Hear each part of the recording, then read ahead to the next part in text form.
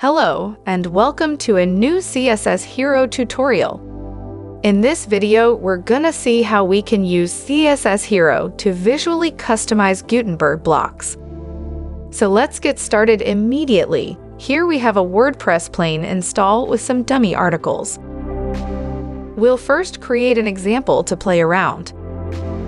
Let's edit the post content.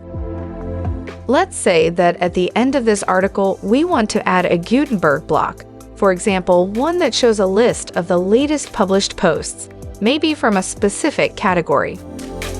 So I'm gonna search for the latest post block and place it into the page. On the right side of the screen, there are some options we can customize. I can specify a custom category if I want. I can customize how many items will be shown. And I can also change the size and the typography of the element, but I cannot really do too much design-wise to style the block like I could want to. Here's when CSS Hero can be useful in your tool belt. So what we're gonna do now is to click the Advanced tab and assign a custom CSS class name to this item, so we can have a reference to precisely target and style this element later. I'm gonna call this item my custom latest posts with dashes between words, as spaces are not acceptable. Okay, so the next step is to style this class using CSS Hero. First, I'm gonna copy the class name so I have it in my clipboard. Let's save the post. Then let's check out what this element looks like. So here is our latest post block. Of course, it looks totally plain as of now. Let's launch the CSS Hero editor.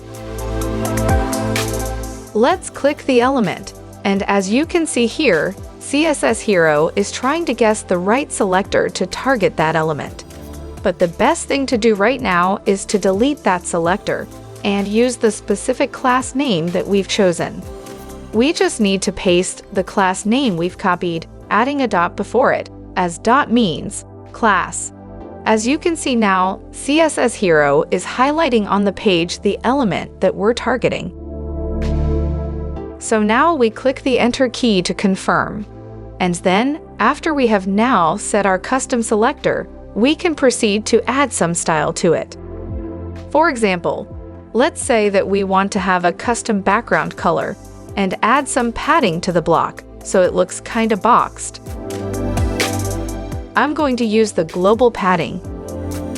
Please note that something is not being applied correctly. You see, after releasing the slider, the element jumps back to its original padding on the left side. In these cases, we have to use the important feature to override the original element styling properly. There you go. Okay, let's save now. Of course, we might also decide to do something fancier and, for example, we could use some snippets in here to have some custom background effects, like, for example, glass morphism and mesh gradient. Let's apply both of them.